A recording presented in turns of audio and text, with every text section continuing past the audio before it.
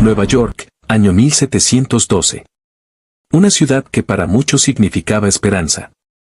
Y para otros, el principio del fin. El aire del puerto olía a pescado salado, sudor y desesperanza.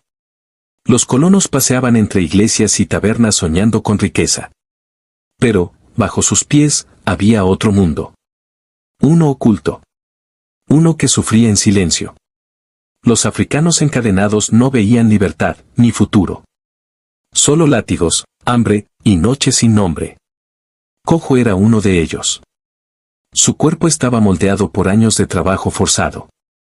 Pero su alma aún guardaba O Sol Quente da África.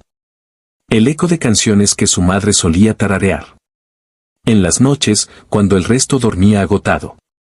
Él reunía a los suyos en silencio. Y les hablaba. Contaba historias.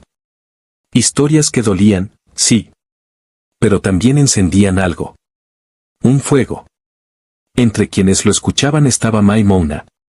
Una joven cuyos ojos llevaban el peso de un océano entero. Había perdido a su padre por enfermedad. A su madre, al mar. A su hermano, al silencio. Vivía con una herida que no se veía. Pero que ardía todos los días. Y sin embargo, ella observaba. Veía más allá de las ropas finas de los amos. Notaba sus contradicciones. La hipocresía entre el rezo del domingo y el latigazo del lunes. Cojo la veía como una chispa. Una que ni siquiera la lluvia de la opresión podía apagar. Y no estaban solos. También estaba Akbasi. Un exguerrero de mirada orgullosa. Alto, fuerte, lleno de rabia contenida. Y Mama Nsinga. Anciana. Doblada por el trabajo. Pero con los ojos encendidos por algo que no se doblegaba. Ella era la guardiana de las historias que no debían morir. Eran esclavos, sí. Pero no vencidos.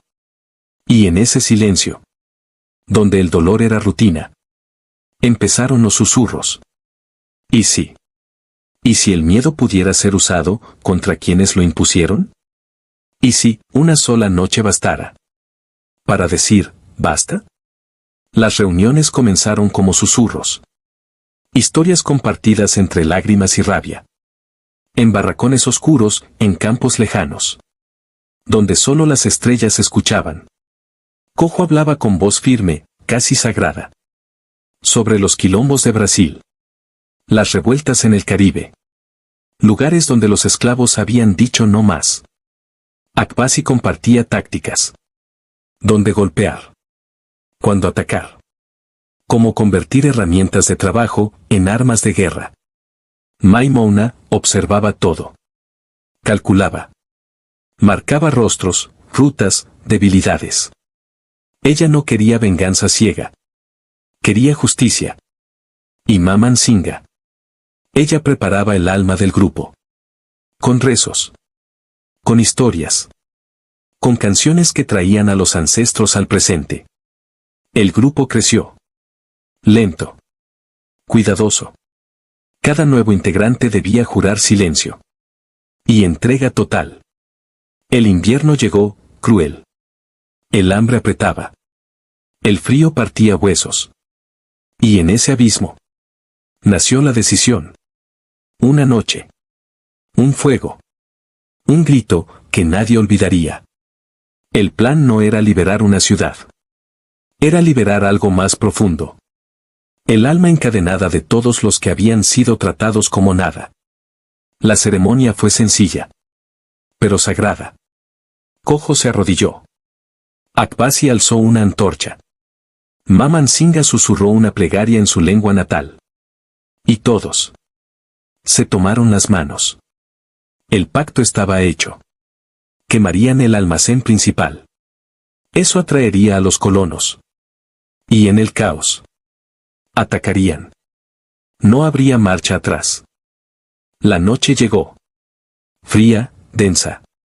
Como si la ciudad entera contuviera el aliento.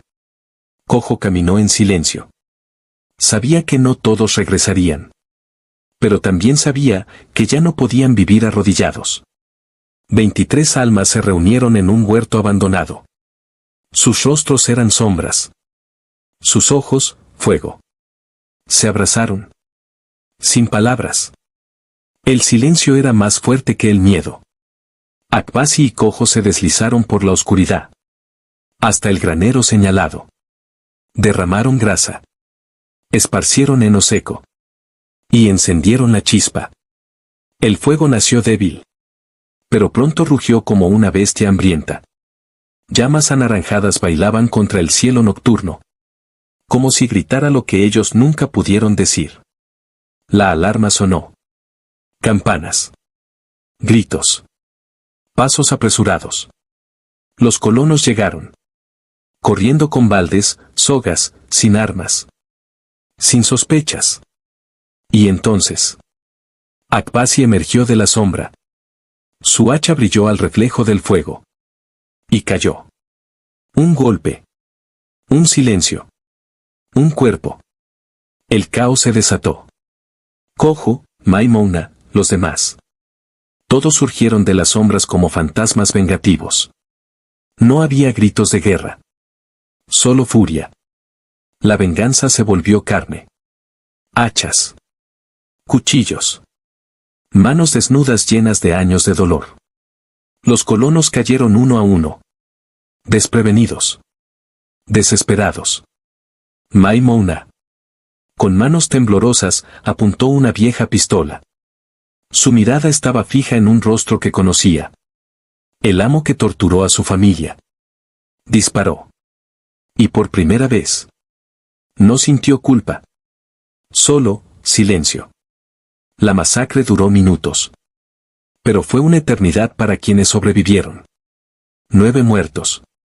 Muchos más heridos. El fuego aún ardía. Pero a lo lejos. Ya se escuchaban los cascos de los caballos. La milicia colonial venía. Y con ellos. La muerte. La ciudad despertó. No con esperanza. Sino con miedo. La milicia no tardó. Llegaron armados, organizados, implacables. Con perros. Con recompensas. Con hambre de castigo. Algunos esclavos prefirieron lanzarse a la muerte. Antes que volver a vivir encadenados. Otros corrieron. Pero el bosque no protegía a todos. Cojo, Akbasi y Maimouna. Fueron capturados. Caminaban encadenados por las calles.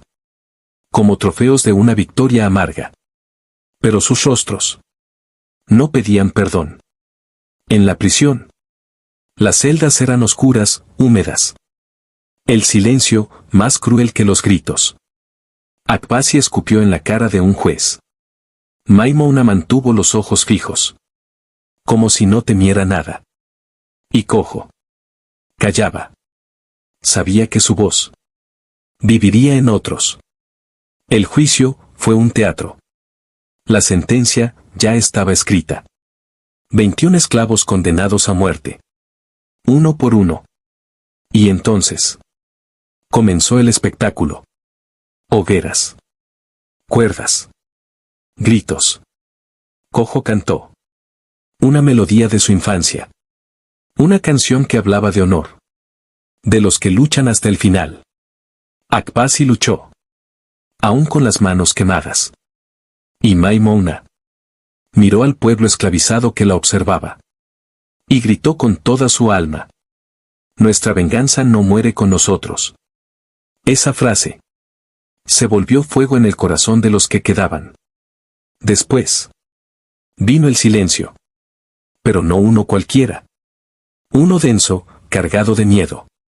Los amos impusieron leyes más duras. Prohibieron rezos, reuniones, palabras en lenguas africanas. Querían apagar o fuego. Pero no sabían que el fuego ya estaba sembrado. Los nombres de Cojo, Maimouna, Akbasi. Fueron susurrados por generaciones. No en libros. Sino en sueños, canciones y cuentos secretos. Un niño, Caleb, nieto de Maman Singa. Creció escuchando esa historia. Y un día. Él también comenzó a contarla. Porque esa noche de abril. No fue solo una masacre. Fue un grito. Un aviso. Una promesa de que, por más cadenas que impongan, la libertad siempre encuentra grietas por donde entrar. Y cuando por fin la esclavitud fue abolida, fue porque muchas llamas, como aquella, nunca dejaron de arder. Después de los gritos, después de las hogueras, después de las muertes, lo que quedó fue silencio. Pero no un silencio de paz. Era un silencio espeso, ardiente. El tipo de silencio que se clava en los huesos. Y se queda ahí por generaciones. Los colonos volvieron a caminar por las calles empedradas, con sus ropas limpias y sus discursos de orden. Pero ya no miraban a los ojos de sus esclavos. Porque sabían que debajo de esas miradas quietas había algo más. Fuego. Uno que no se apaga con cadenas ni miedo. Uno que no grita, pero arde. En lo más profundo. Caleb creció en ese fuego. Nieto de Maman Singa. El niño había visto arder a sus héroes. Había oído sus nombres susurrados por los rincones. Y cada palabra era una semilla que germinaba en su corazón. Él no tenía armas, ni planes de rebelión. Pero tenía algo más peligroso. Memoria. En los barracones, cuando la noche caía, Caleb hablaba. Pero no con voz fuerte, como los capataces, sino con susurros. Palabras suaves que llegaban directo al alma. Contaba la historia de Cojo, como si fuera su propio padre. Y lo era, de alguna forma. Contaba cómo Maimona había alzado su voz. Como Akbasi había muerto de pie. Como el canto de Cojo había atravesado el fuego. Y cada vez que terminaba, el silencio no era de miedo. Era de respeto. Y de hambre. No de comida, sino de algo más. Hambre de dignidad. Los años pasaron. Caleb creció. La ciudad cambió por fuera, más edificios, más comercio, más leyes. Pero por dentro, todo seguía igual. El mismo aire contaminado de arrogancia blanca. El mismo desprecio disfrazado de orden. La misma jaula, con barrotes más elegantes. Y cada tanto, otro fuego se encendía. Otro esclavo azotado hasta la muerte. Otra mujer violada sin consecuencias. Otro niño vendido como si fuera ganado. Y cada vez que eso pasaba, Caleb recordaba. Y hablaba. No gritaba. Eso sería peligroso.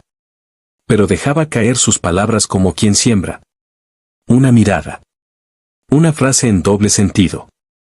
Una historia dicha como si fuera ficción. Y lo más hermoso es que no estaba solo. Otros esclavos también recordaban. Y entre ellos, nació algo que no tenía nombre. Pero que se sentía. Un temblor. Una vibración. Un latido.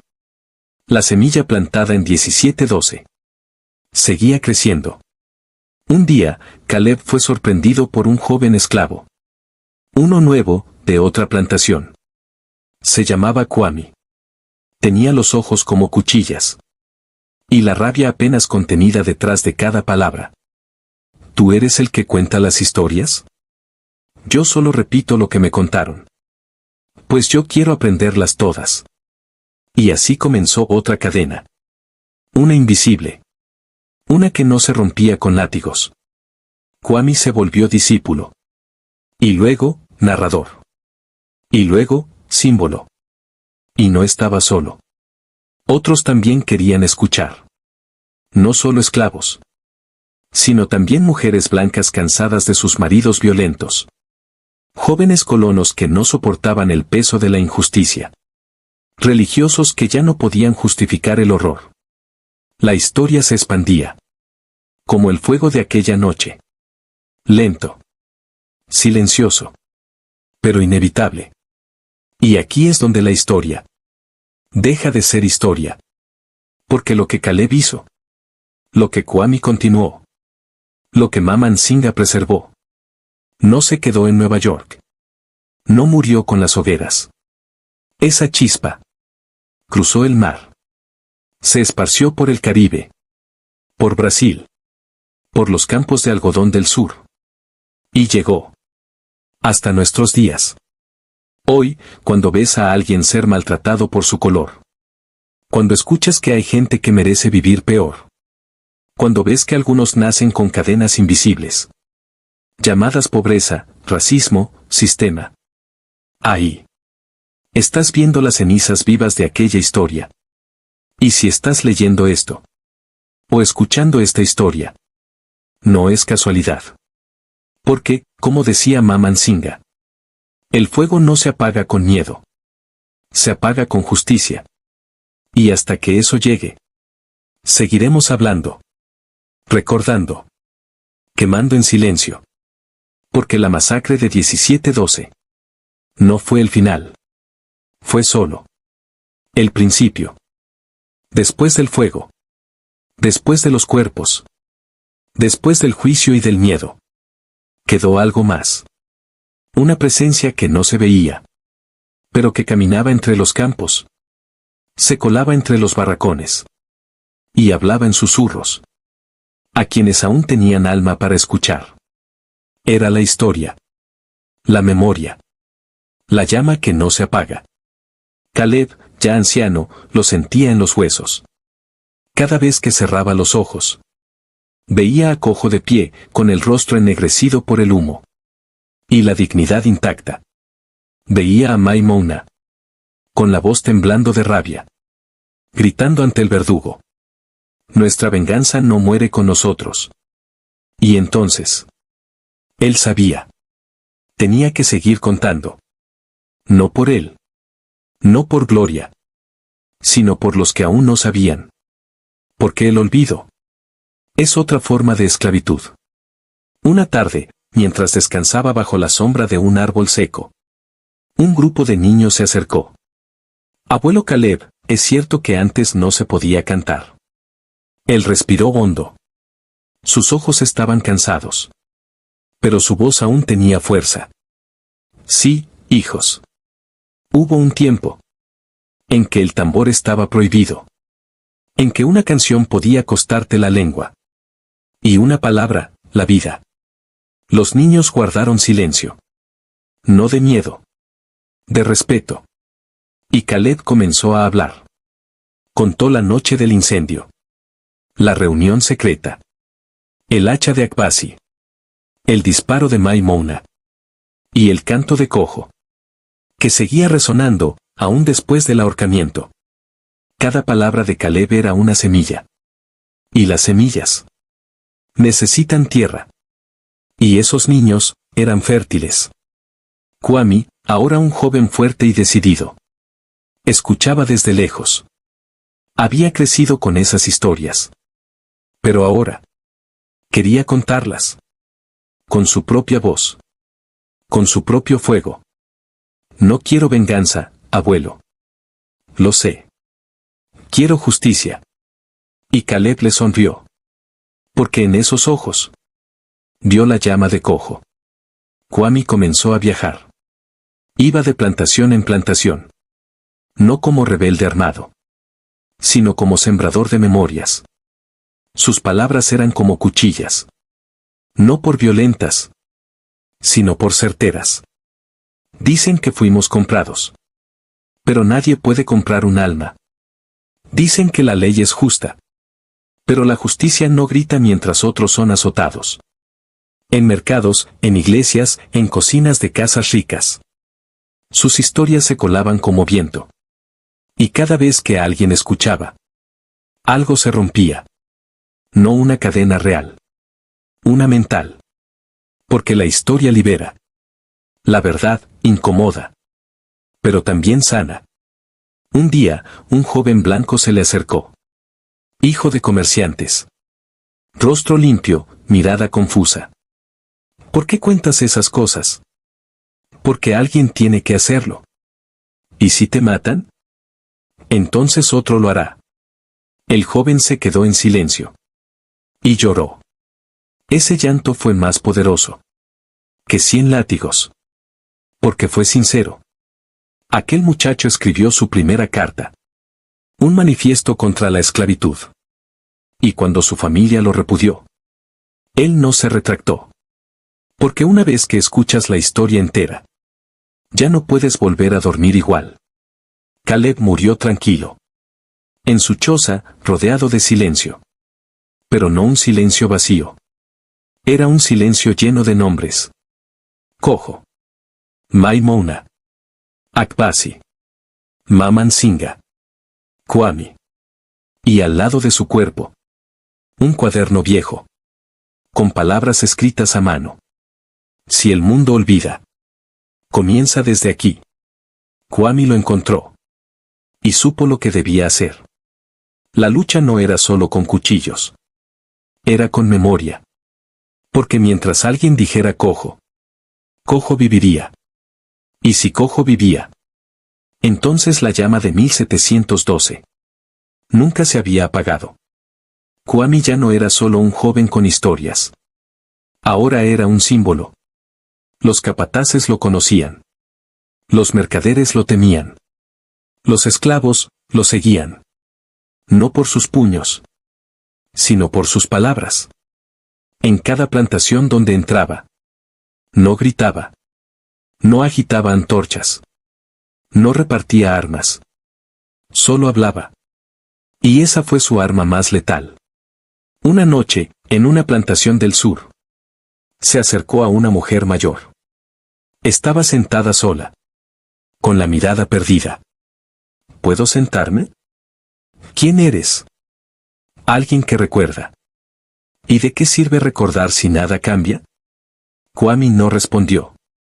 Solo comenzó a hablar de Cojo. De la noche del fuego. Del canto entre las llamas. De los ojos de Maimona al mirar la muerte de frente. La mujer lloró. Y luego, por primera vez en años, cantó. Una canción antigua. En una lengua que ya no se usaba. Una canción que solo los huesos entendían. A la mañana siguiente, ella enseñó esa canción a los niños. Y sin saberlo, sembró otra parte del fuego. La historia se movía. No como relámpago, sino como raíz. Invisible. Persistente. En Carolina del Sur, un joven esclavo llamado Malik la escuchó por primera vez. Sus manos estaban encallecidas por el algodón. Pero su mente era afilada como cuchillo. Cuando Kwami terminó de contar, Malik preguntó: ¿y qué hacemos con todo esto? Lo que tú decidas.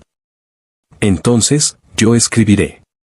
Y así, en hojas escondidas, Malik comenzó a registrar nombres, fechas, historias. Creó el primer libro secreto de los esclavos. No era de papel fino. Era de tela, carbón y sangre. Pero sobrevivió. Pasó de mano en mano. Plantación tras plantación. A veces escondido bajo tierra. A veces cosido dentro de vestidos. Ese libro era una bomba de memoria. Y en cada página, una frase encabezaba todo. El fuego no se apaga con miedo. Se apaga con justicia. Esa era la promesa de Maman Singa. Y ahora, era ley. Mientras tanto, Kwami seguía su camino. En Georgia, fue azotado por hablar. En Virginia, lo encarcelaron por mirar a un amo a los ojos. En Maryland, fue acusado de brujería. Por contar historias. Pero nunca cayó. Porque sabía algo que los demás no entendían. La historia es una cadena. Y cada eslabón es una voz. Si una se rompe, la otra sostiene. Un día, en Nueva Orleans, una mujer blanca se acercó a él. Vestía de luto. Y llevaba el rostro agrietado por el llanto. Mi hijo era capataz. Y se quitó la vida. ¿Por qué me cuenta eso? Porque antes de morir, escribió que no podía seguir siendo parte de esto. Kwami no dijo nada. Solo miró el horizonte. Porque entendió. Hasta los verdugos pueden despertar. Ese mismo día, la mujer donó su casa para servir como refugio.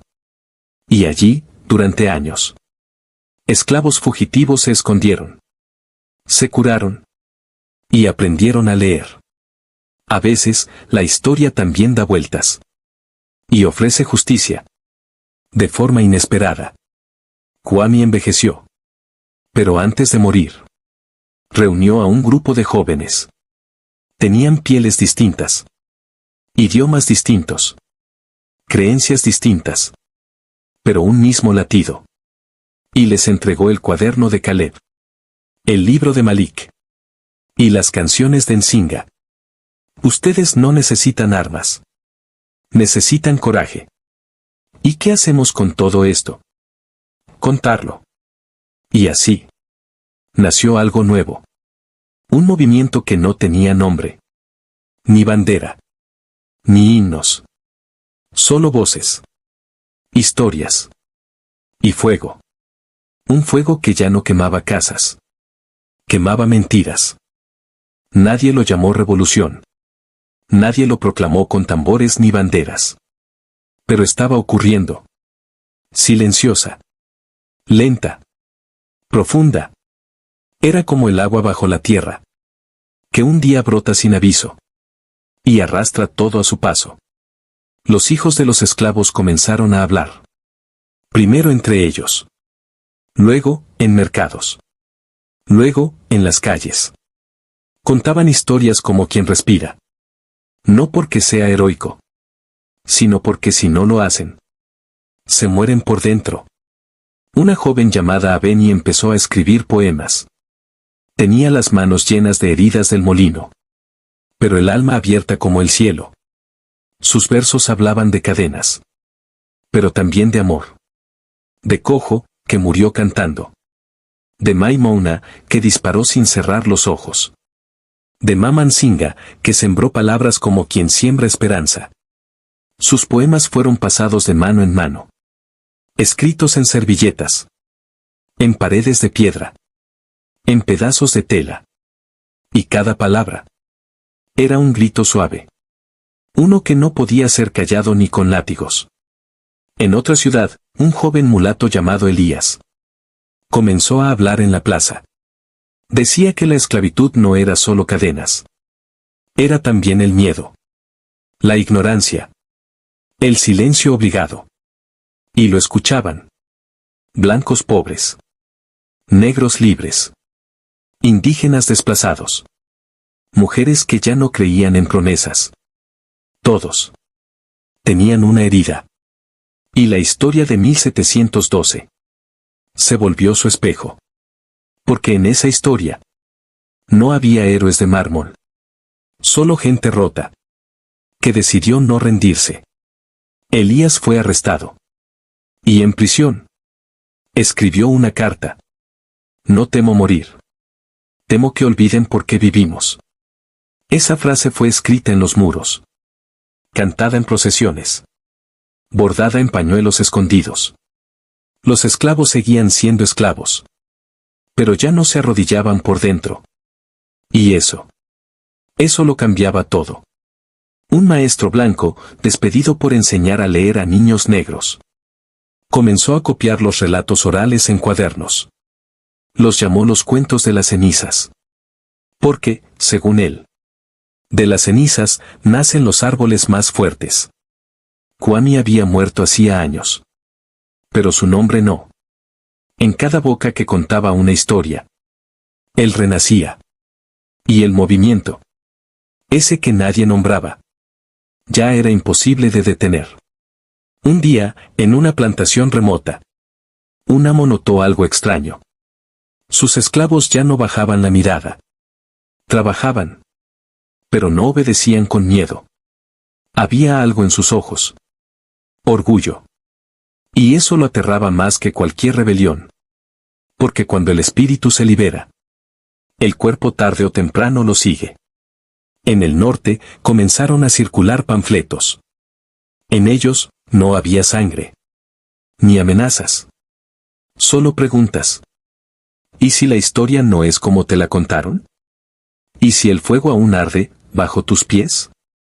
Los panfletos llegaban a iglesias, a escuelas, a manos de hijos de esclavistas, que comenzaban a cuestionar. No todos lo entendían. No todos lo aceptaban. Pero algunos despertaban. Y bastaban unos pocos para hacer temblar imperios. La historia de Cojo ya no era solo una tragedia. Era una llama en el viento. Y donde el viento soplaba, algo cambiaba. Pasaron los años. Las generaciones se sucedieron como las estaciones. Pero la historia seguía viva. No en los libros oficiales, ni en los discursos de los poderosos. Vivía en las canciones cantadas bajito al anochecer. En los nombres murmurados en medio de los campos. En los ojos de los niños, que nacían con una llama que nadie les había enseñado, pero que ya ardía. Aveni, la poeta, murió joven. Tuberculosis. Soledad. Desgaste. Pero antes de morir, escondió sus versos en una caja de madera.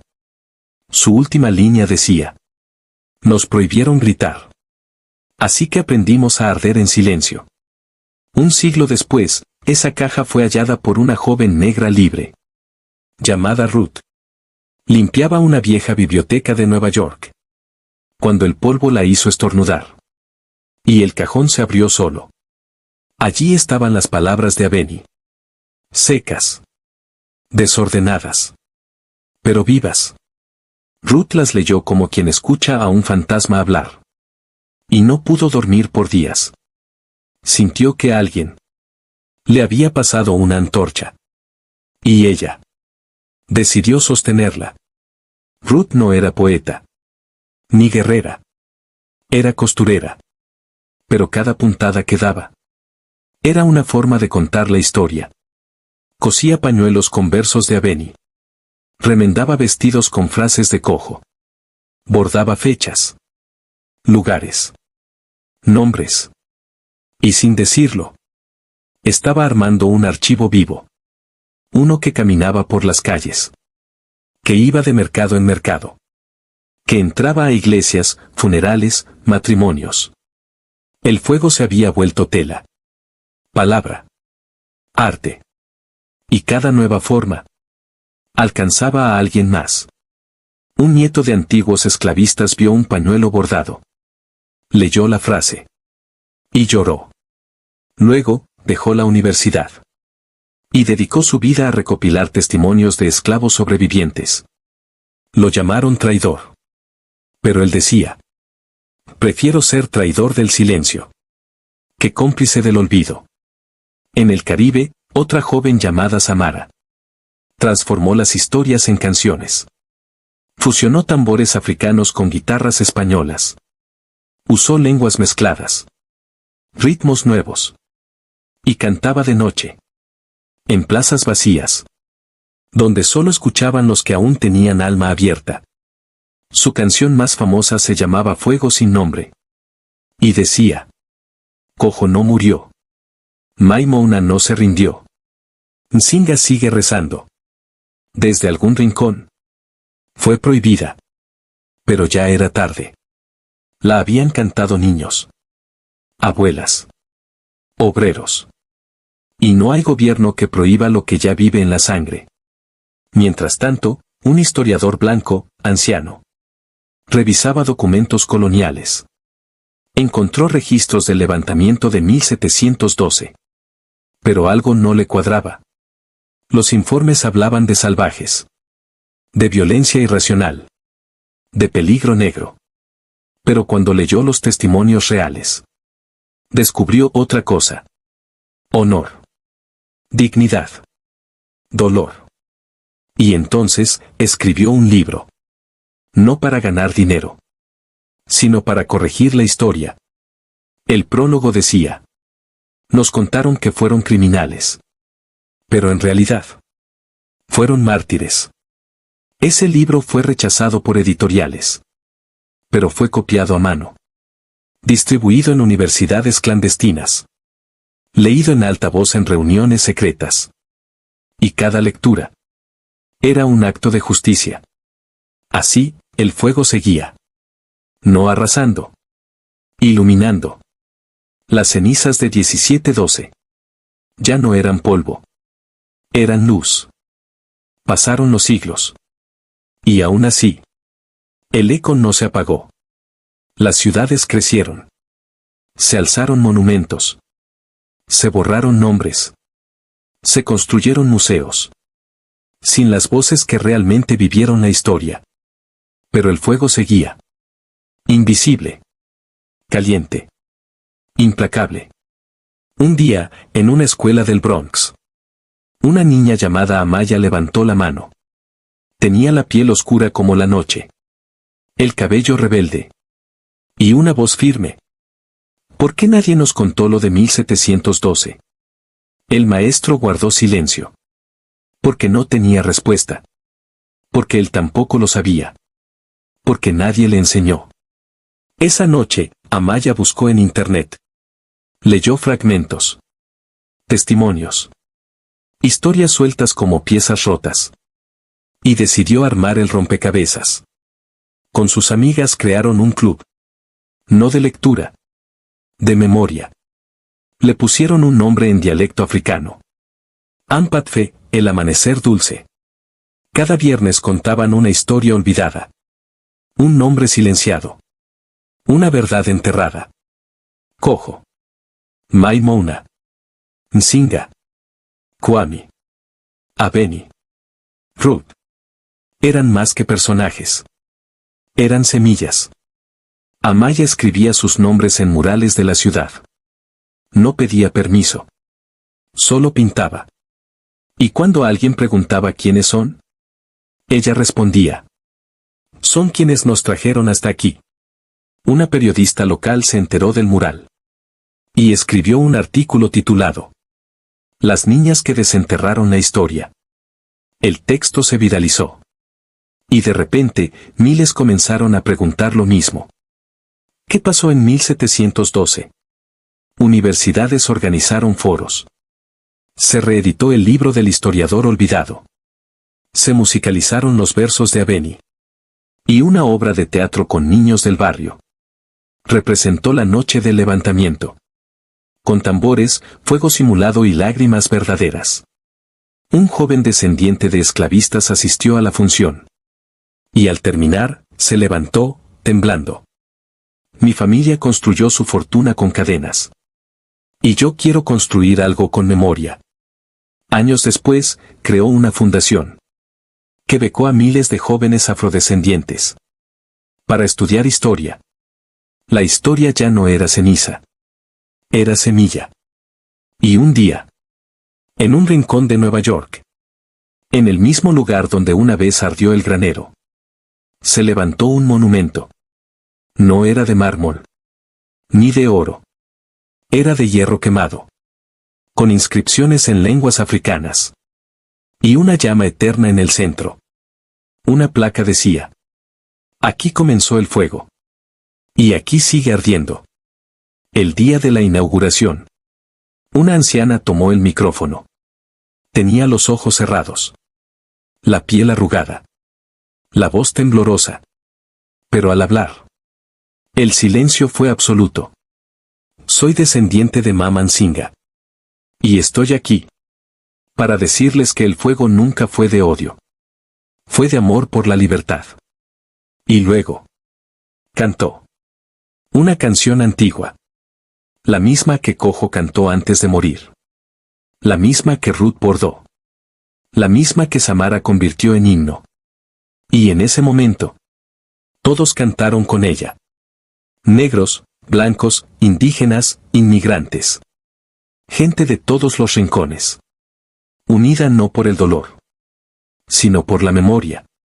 Porque la historia no es pasado. Es raíz. Y el fuego de 1712 sigue ardiendo en cada acto de justicia. En cada palabra dicha con verdad. En cada silencio que ya no aceptamos. Cuando alguien te diga que nada cambia, recuerda esto. Una historia contada a tiempo puede incendiar siglos de mentiras. Y cuando el fuego llegue a ti, no lo apagues. Sosténlo. Protégelo. Pásalo. Porque la libertad nunca arde sola.